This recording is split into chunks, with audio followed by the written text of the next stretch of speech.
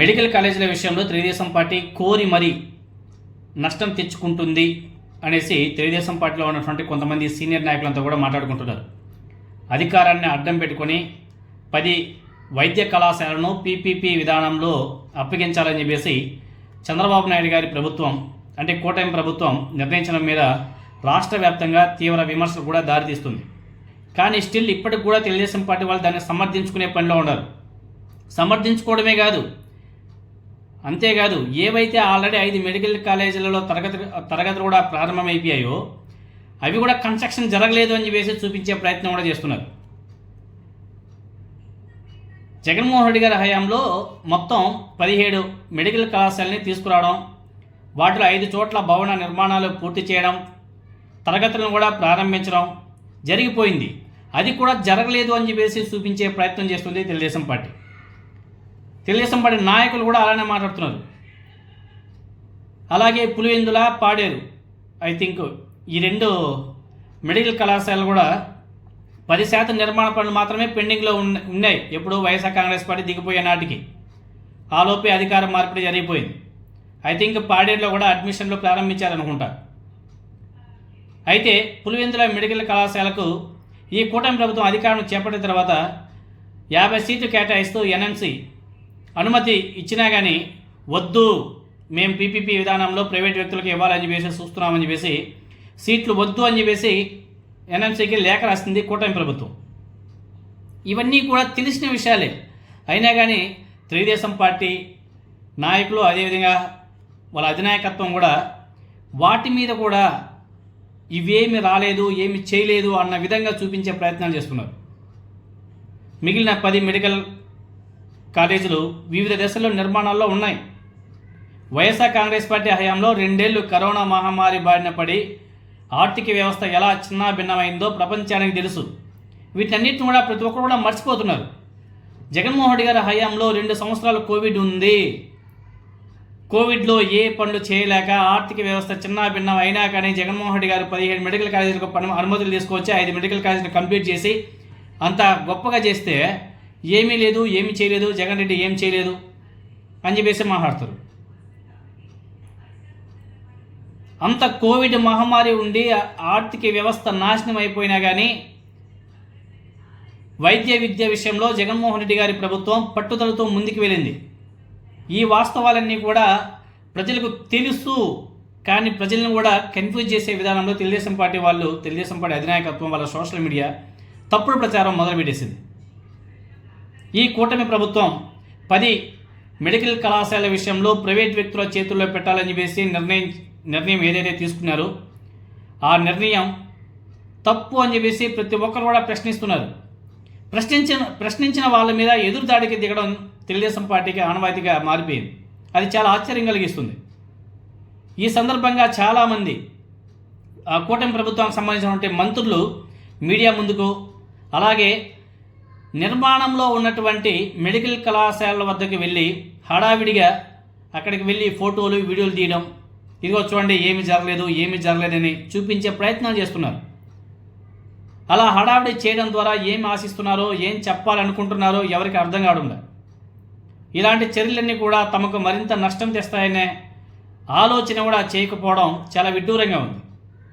అసలు చంద్రబాబు నాయుడు గారు ఎందుకు వాటిని అంత ప్రోత్సహిస్తున్నాడో అర్థం కావడం లేదు, అలా తప్పుడు ప్రచారం చేయడం కోసం. అనంతపురం సభలో మెడికల్ కళాశాల మీద చంద్రబాబు నాయుడు గారు చేసినటువంటి కామెంట్స్ ఈవెన్ ఆయన కూడా అబాస్పాలు చేసింది. ఆ మరుసటి రోజు హోంమంత్రి వంగల్పూడి అనితా మేడం గారు మీడియా ముందుకు వచ్చి పవర్ పాయింట్ ప్రజెంటేషన్ కూడా ఇచ్చింది. శిలాఫలకాలు వేసి బోర్డులు పెడితే వైద్య కళాశాలలో కట్టినట్టేనా అని చెప్పేసి ఆమె నిలదీసింది. 17 వైద్య కళాశాలను సకాలంలో పూర్తి చేయకుండా పేద విద్యార్థులకు వైద్య విద్యను దూరం చేశాడు జగన్ అని చెప్పేసి మండిపడుతుంది. పూర్తి చేయని వాటి సందర్శనకు రావాలని అనిత గారు సవాల్ విసరడం అది పెద్ద కామెడీ. అసలు దాని మీద అయితే ఇంకా బీభత్సంగా ఆమె మాట్లాడిన మాటల మీద బీభత్సంగా సెటైరికల్గా కామెంట్స్ కూడా బీభత్సంగా వస్తున్నాయి. కరోనా లాంటి విపత్కర పరిస్థితుల్లోనూ జగన్మోహన్ రెడ్డి గారి ప్రభుత్వం 7 పూర్తి చేయడమే అద్భుతమే. అసలు అంత చాలా గొప్ప విషయం అది. మిగిలిన వాటిని కూటమి ప్రభుత్వం పూర్తి చేయాల్సిన బాధ్యత ఉంది, ఆ పాలకులకు ఉంది అని చెప్పేసి ఎవరు చెప్పాలి? ఎవరైనా చెప్తే వాళ్ళ మీద ఎదురుదాడి చేస్తున్నారు.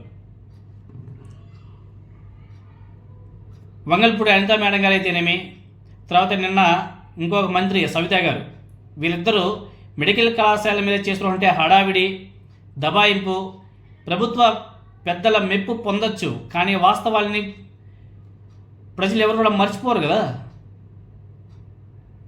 అలా చేయడం వల్ల ప్రజల్లో వీళ్ళు విలన్గా మారిపోవడం తప్ప ఇంకేం ఉండదు.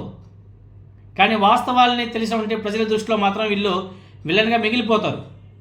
అసంతృప్తిగా ఉన్నటువంటి కళాశాలను చూడడానికి రావాలని అనిత గారు సవాల్ విసరడం అదొక ప్రపంచంలో ఇంకొక వింత అనేసి చెప్పుకోవాలి.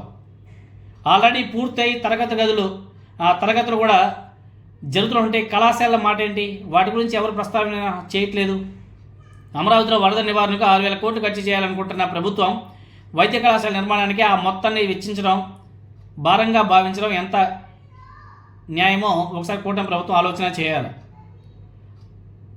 సీఎం చంద్రబాబు నాయుడు గారు అదేవిధంగా ప్రభుత్వ పెద్దలు వాటికి సమాధానం చెప్పాలి. మెడికల్ కళాశాల మీద వాస్తవాలు ఏంటో జనానికి బాగా తెలుసు. వాటి మీద కూటమి ప్రభుత్వ పెద్దలు నోరు తెరవడం అంటే చేజేతల నష్టాన్ని కొని తెచ్చుకున్నట్లే వాళ్ళు. దాంట్లో భాగంగానే ఇప్పుడు వైఎస్ఆర్ కాంగ్రెస్ పార్టీ నాయకులు, కార్యకర్తలు అందరూ కూడా మెడికల్ కళాశాల దగ్గరికి వెళ్ళి ఫోటోలు, సెల్ఫీలు తీసి వదులుతున్నారు. ఈరోజు కూడా కడప జిల్లాకు సంబంధించి వైఎస్ఆర్ కాంగ్రెస్ పార్టీ నాయకులంతా కూడా పులివెందులకి వెళ్ళి అక్కడ మెడికల్ కాలేజీ దగ్గర నిలబడి ఫోటోలు, వీడియోస్ అన్నీ తీసి వదిలేరు. ఇదొకటే కాదు, పాడేరు, మిగతా అన్నీ ఎక్కడైతే కన్స్ట్రక్షన్ పూర్తి అయిపోయి అక్కడికి అందరూ వెళ్ళారు. అన్నీ కూడా వీడియోస్ బీభత్సంగా సోషల్ మీడియాలో అప్లోడ్ చేస్తున్నారు వైసీపీ వాళ్ళు. మామూలుగాలే ఇప్పుడు అడ్డంగా బుక్ అయిపోయారు కదా, అడ్డంగా దొరికిపోయారు కదా. అడ్డంగా దొరికిపోయిన తర్వాత కూడా మళ్ళీ తప్పించుకునే ప్రయత్నాలు చేస్తున్నారు. అంటే ఎందుకు ఈ విధంగా తెలుగుదేశం పార్టీ లాంటి సీనియర్ రాజకీయ పార్టీలో ఉన్నటువంటి సీనియర్ నాయకులు కూడా అలా ప్రవర్తించడం వెనుక మతలబ్ ఏంటి అనేది ఇక్కడ ప్రశ్నార్థకం. ఎందుకు ఆ విధంగా వాళ్ళు మభ్యపెట్టే కార్యక్రమం చేస్తున్నారు అర్థం కావడంలే. అదేవిధంగా దీని మీద జగన్మోహన్ రెడ్డి గారు కూడా చాలా సీరియస్గా తీసుకున్నాడంట. దీని మీద ఒక ఉద్యమమే చేయడానికి కూడా సిద్ధమవుతున్నాడంట.